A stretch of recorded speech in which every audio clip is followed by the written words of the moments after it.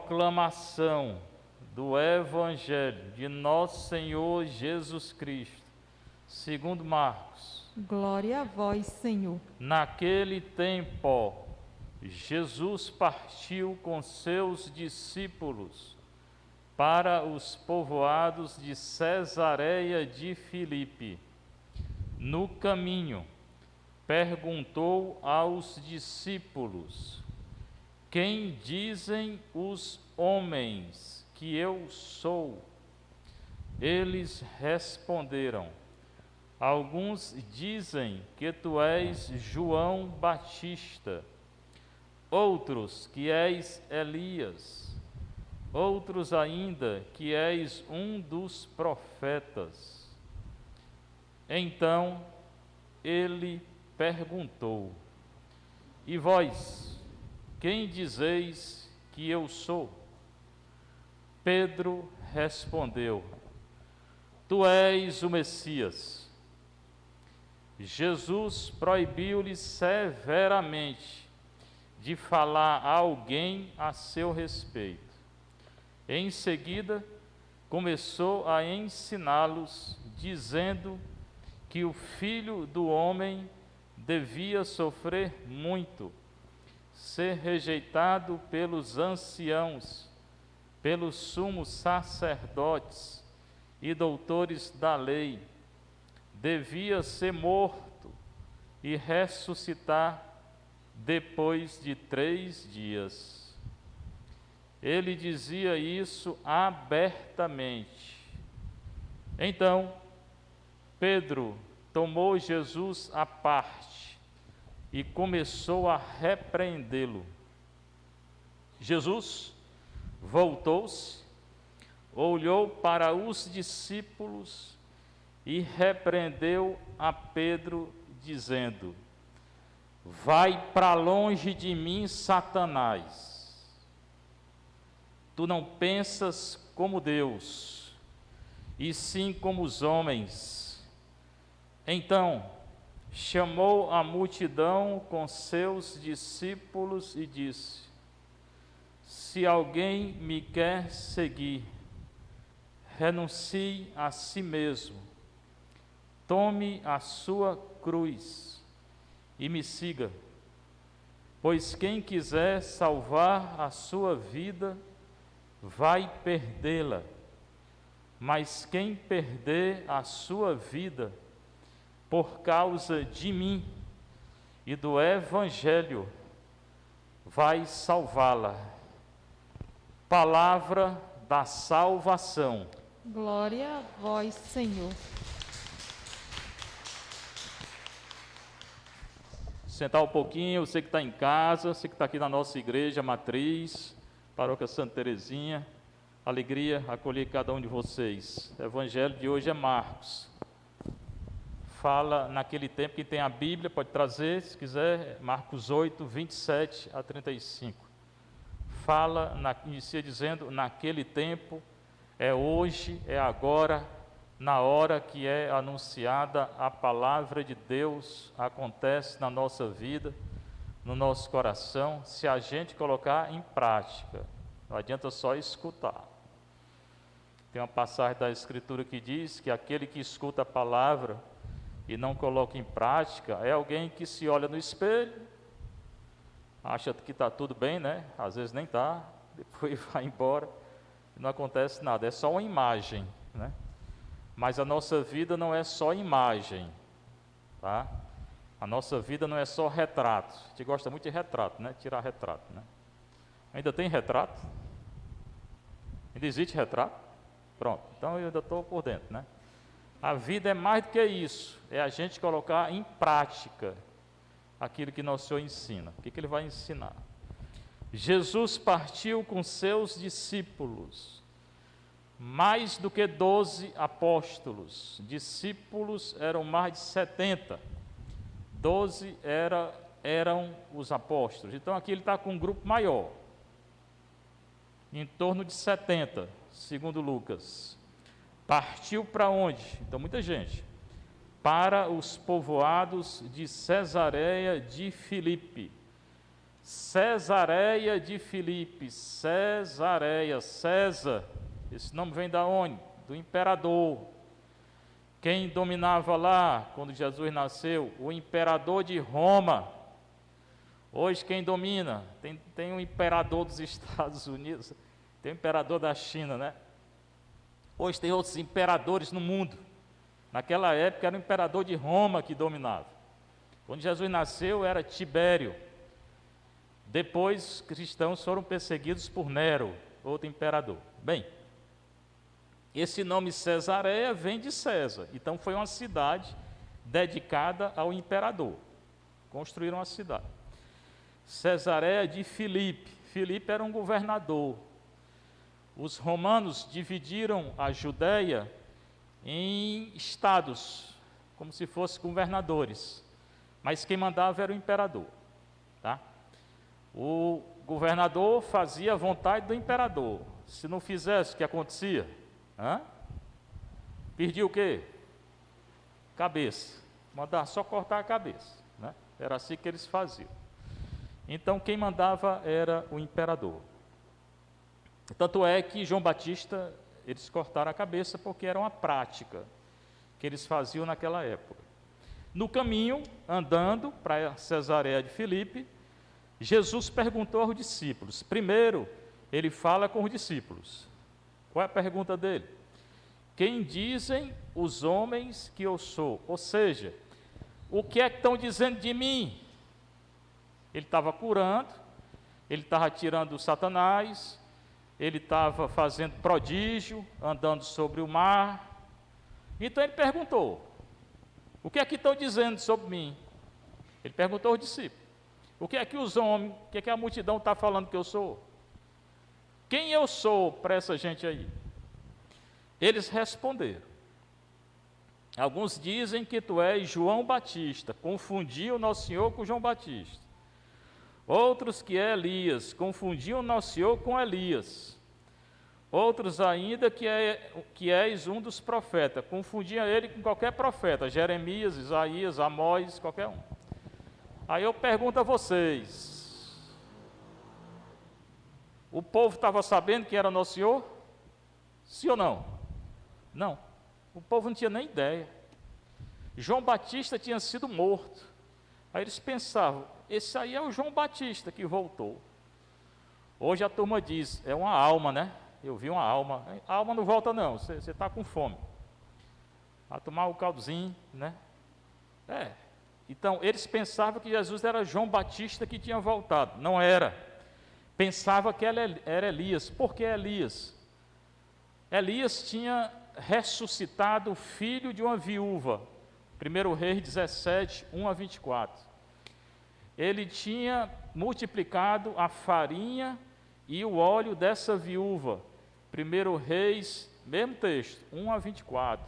Ele tinha lutado contra as autoridades lá da época. 1 Reis 18, pode ler. E por que eu sei? Porque eu passei 12 anos estudando só Elias. Aí, se não soubesse, era burro demais, né?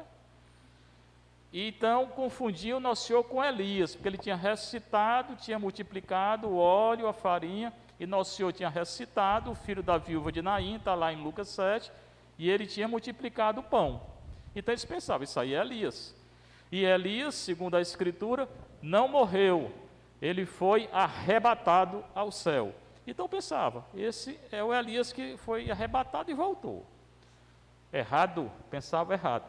Ou então um dos profetas, principalmente Jeremias, que viveu no ano 586, 587 a.C., e tinha anunciado a destruição da cidade de Jerusalém.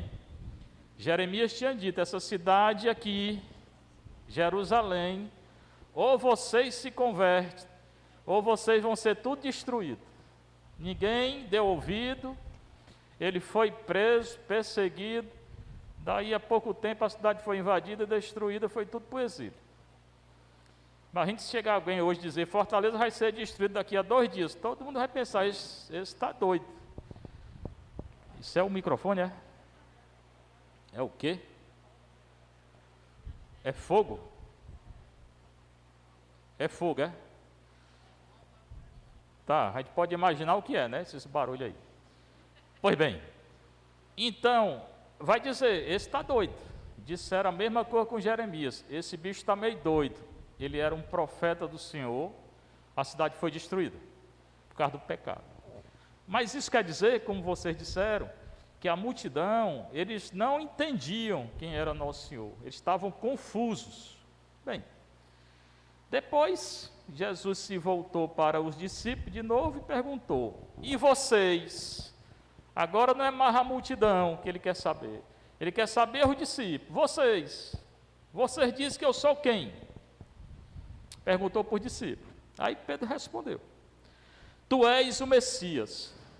Messias, palavra hebraica, Mashiach. Diga aí, Mashiach.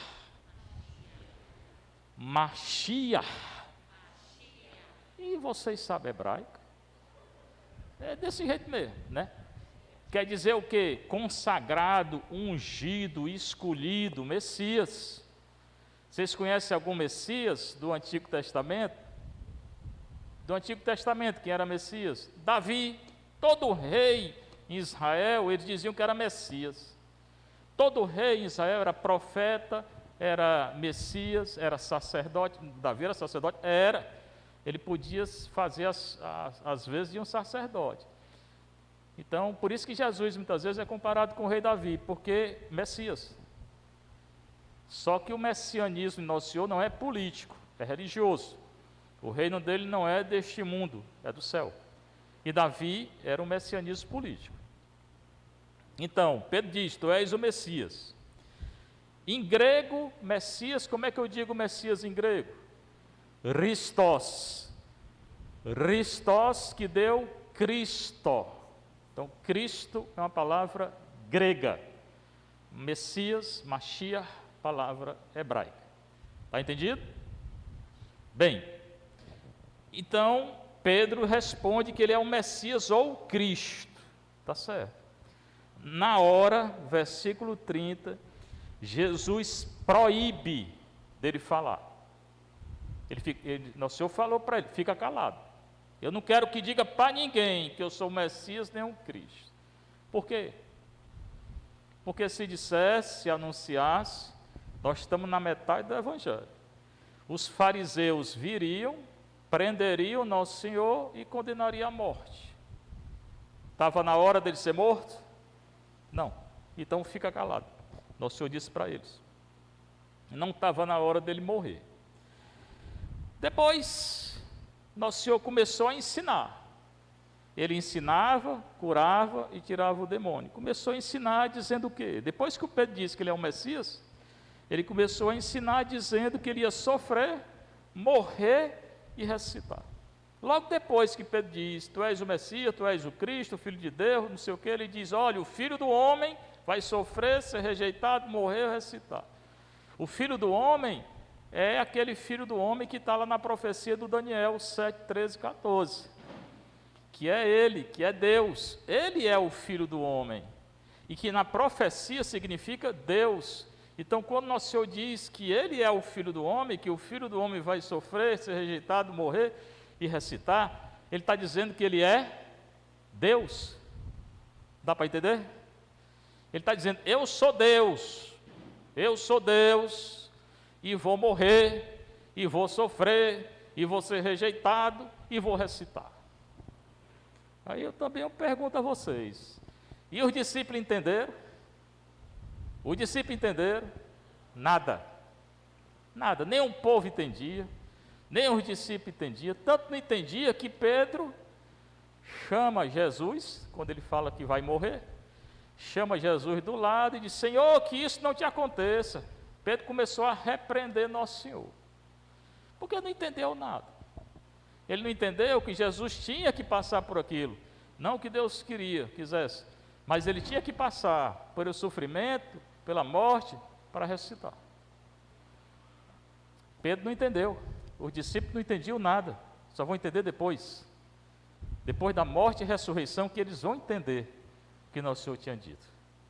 Pense aí na solidão de nosso Senhor, né? Ele explicava tudo, ele fazia milagre, ele curava, ele fazia prodígio e os discípulos não entendiam nada. Então, Pedro tomou Jesus à parte e começou a repreendê-lo. Mas quem é Pedro para repreender Nosso Senhor? Igual a Marta lá, aquela história de Marta e Maria, né? Quando Nosso Senhor chega na casa de Marta e Maria, Marta vai receber, Maria fica aos pés de Nosso Senhor. Aí Marta fica com raiva e repreende Nosso Senhor. Mesmo verbo, repreender. Aí Nosso Senhor vai dizer para Marta: Marta, Marta, tu te preocupas e agitas. Maria escolheu o quê? A melhor parte. Aqui também Nosso Senhor vai repreender Pedro. Só que vai ser pior. Ele vai chamar Pedro de quê? Vai chamar Pedro de quê? Satanás. Vai para longe de mim, Satanás. Imagine. O primeiro papa da igreja, Nosso Senhor chamou de Satanás. Antes de ser papa, né? Pedro tomou Jesus à parte e começou a repreendê-lo. Jesus voltou-se, olhou para os discípulos e repreendeu Pedro na frente de todo mundo. Nosso Senhor é verdadeiro. Quando ele tem que dizer as coisas, ele diz. Ele não se esconde, não. Pedro disse uma besteira, Nosso Senhor repreendeu-lhe na cara. Vai para longe de mim, Satanás, tu não pensas como Deus, e sim como os homens. Pedro ficou com pena. Quando Nosso Senhor anunciou que ia sofrer, que ia morrer, ele ficou com pena. Aí, não, Senhor, isso não vai acontecer não. Aí levou na cabeça. Vai daqui, Satanás. Por quê? Porque se Nosso Senhor não morresse, ia ter ressurreição? Ia ter ressurreição? Não. Então tinha que morrer. E o Pedro, não querendo que ele morresse, no final estava fazendo a coisa ruim. Se Nosso Senhor não passasse por aquilo que ele passou, que foi a cruz, o sofrimento e a dor, não tinha ressurreição. Nós tudinho estávamos condenados, até hoje. Então Pedro, pensando que estava fazendo a coisa certa, estava fazendo a coisa errada. Então cuidado, né? Às vezes a gente pensa que está fazendo a coisa boa, está fazendo a coisa ruim. Ele aqui se colocou contra Deus, contra a vontade de Deus. Quem é que se colocou contra a vontade de Deus desde o início? Satanás. Então tenha cuidado, para quando você vai aconselhar alguém, você não dá um conselho errado. Tem que ter muita oração para saber. Às vezes a gente pensa que uma coisa certa é uma coisa que não é boa, o conselho que está dando. Pedro aqui achou que era um conselho bom. E pior, ele foi repreender. Um ser humano não pode repreender Nosso Senhor. Quem é Pedro para repreender ninguém?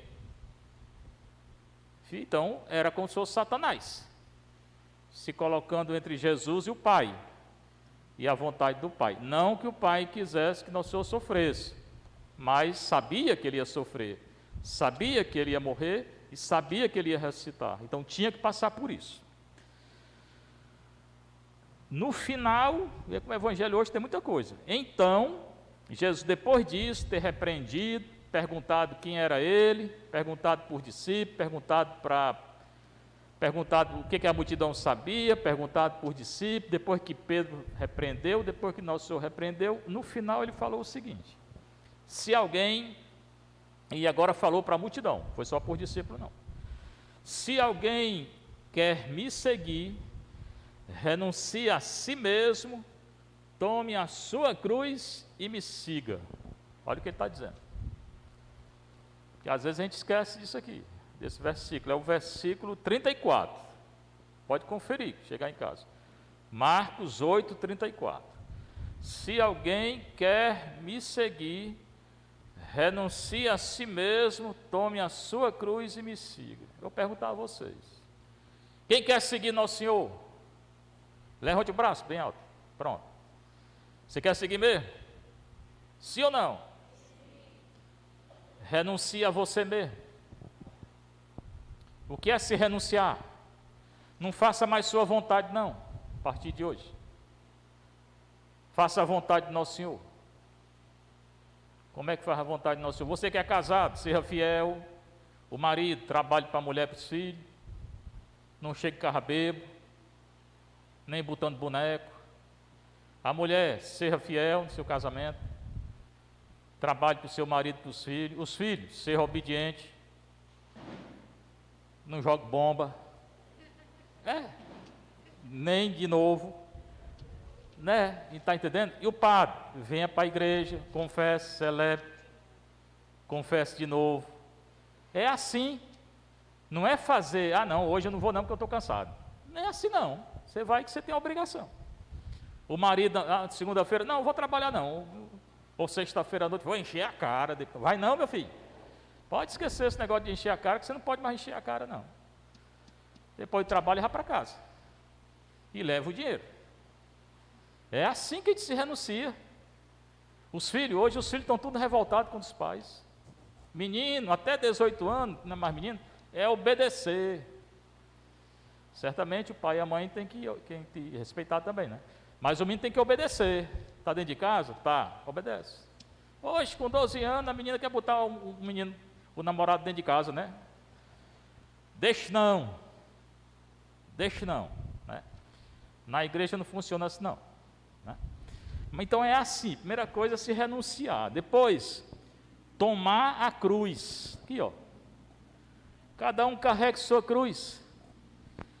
A gente muitas vezes não quer levar a cruz. Não quer. Mas a primeira coisa é entender o que é a cruz, né? Tem cruz que é coisa nossa, que é a gente que vai atrás. Um caba está com problema de saúde, começa a beber, bebe muito, pega uma cirrose aí, pega uma doença braba, vai dizer que foi nosso Senhor? Foi não, foi você, essa cruz aí foi você que foi atrás. Pega o carro, começa a dirigir a 300 por hora, aí bate, um acidente, vai para o hospital, aí essa cruz foi Deus que me deu. Foi não, foi você que foi atrás. Bote culpa em Deus não. Mas, se você está fazendo a vontade de Deus, acontece alguma coisa na sua família, ou com você, uma doença que você não foi atrás, é cruz. Aceite, vá para o médico, certamente. Procure a cura se no médico, mas se não tiver, é cruz.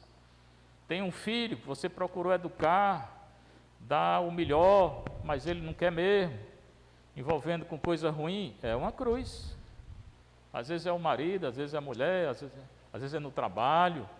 Então, aquilo que não depende de mim, que não fui eu que produzi, que fui atrás, mas eu estava fazendo a vontade de Deus e aconteceu, isso é cruz.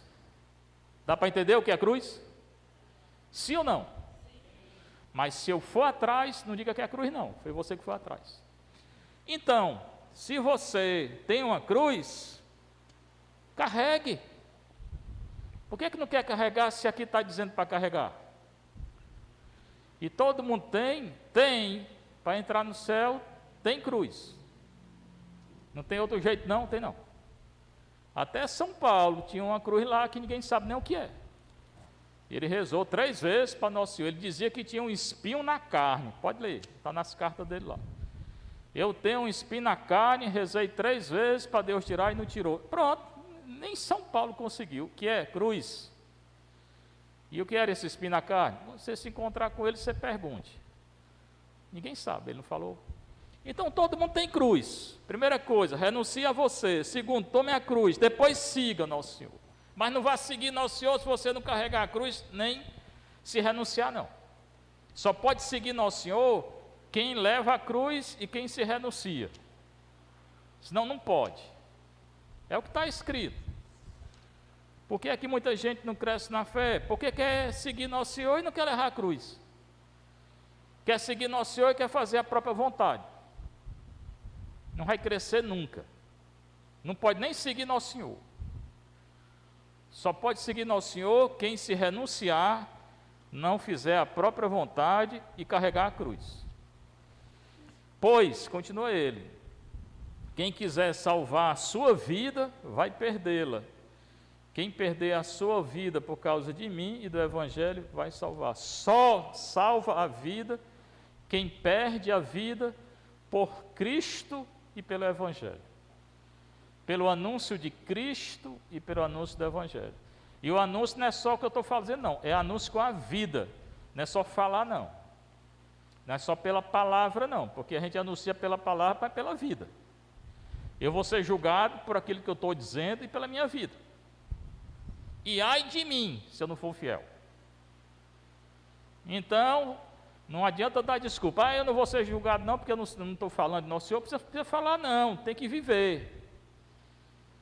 Tá? Então, quem perde a vida, no sentido de Cristo e do Evangelho, ou seja, quem segue a Cristo e ao Evangelho, na vida dele, todo dia, esse vai se salvar.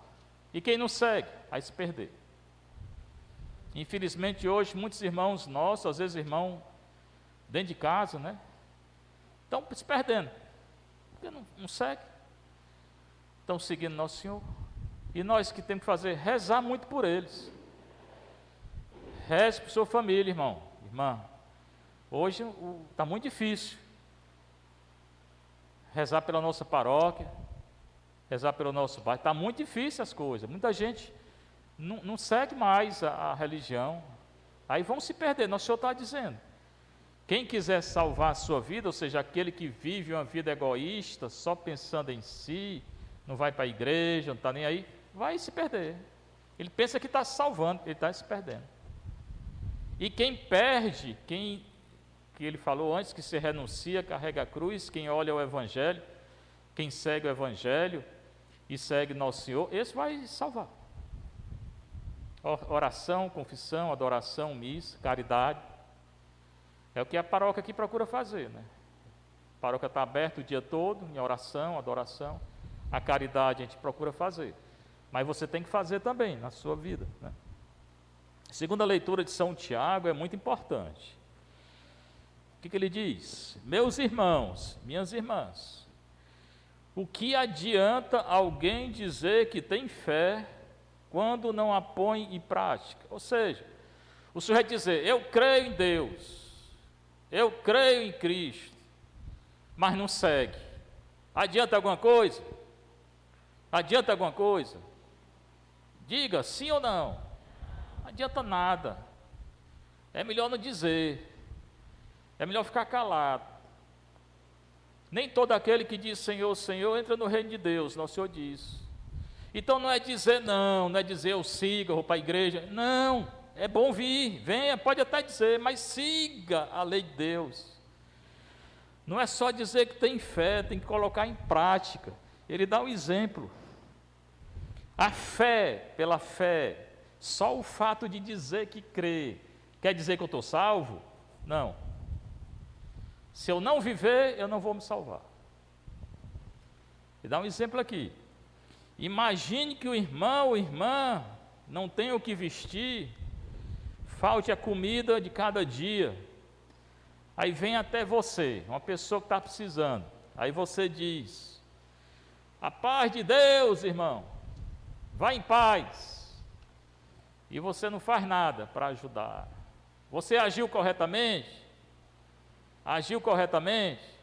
Não. Então aquele negócio de dizer, vá em paz, que Nosso Senhor abençoe.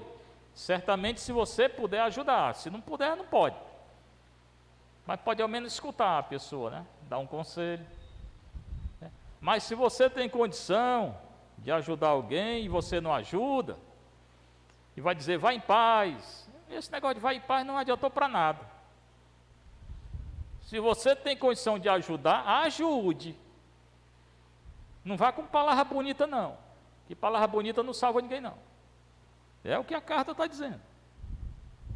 Ide em paz, aquecei-vos, comei à vontade, sem lhe dar o necessário para o corpo. Que adianta isso? Está escrito aqui. Nada.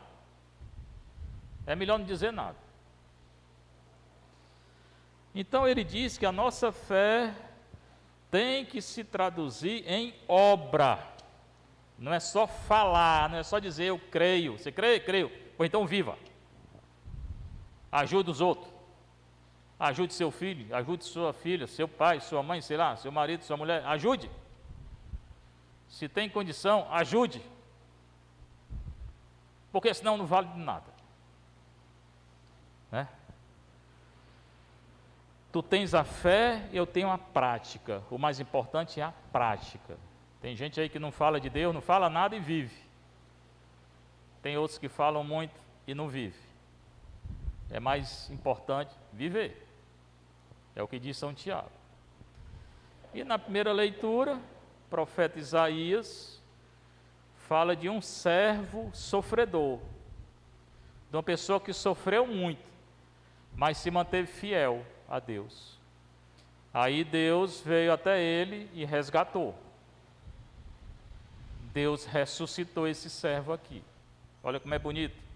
O Senhor abriu-me os ouvidos, não lhe resisti, nem voltei atrás. Era um discípulo. Se não voltou atrás, o discípulo é o que ouve. Então isso aqui é um discípulo. Ofereci as costas para me baterem, e as faces para me arrancarem a barba. Sofrimento. Ele sofreu. Não desviei o rosto de bofetões e cusparadas. Sofreu muito. Mas, versículo 7, Isaías 57. Mas o Senhor Deus é meu auxiliador. É um cara, uma pessoa que sofreu muito, mas não perdeu a fé. Então você está sofrendo? Estou. Não perca a fé. O Senhor Deus é o meu auxiliador, por isso não me deixei abater o ânimo. Hoje muita gente está se deixando abater, entrando em depressão por causa da doença, porque não tem emprego, porque isso. Não se deixe abater. Eu não tenho nada, você tem a palavra de Deus, está dizendo isso, mesmo no sofrimento. Conservei o rosto impassível como pedra, seja como uma pedra, uma rocha. Deixe acontecer, segura na fé e na obra, né? Porque sei que não sairei humilhado. Olha a fé desse homem aqui, que estava sendo perseguido. Ao meu lado está quem me justifica. Mesmo que tenha muita gente contra nós, quem está do nosso lado é muito maior, porque é nosso Senhor. E quem é maior do que nosso Senhor? Ninguém. Nenhuma bomba dessa é maior do que nosso Senhor. Ninguém. Alguém me fará objeções? Faça. Quem é meu adversário? Venha. Sim, o Senhor Deus é meu auxiliador. Quem é que me vai condenar? Não tenha medo de nada não. A gente tem medo de fazer o que não presta. Mas se está fazendo a vontade de Deus, ainda que sofra, ainda que morra, ressuscita. Mas quem fizer sofrer um servo de Deus, vai responder. Seja louvado nosso Senhor Jesus Cristo.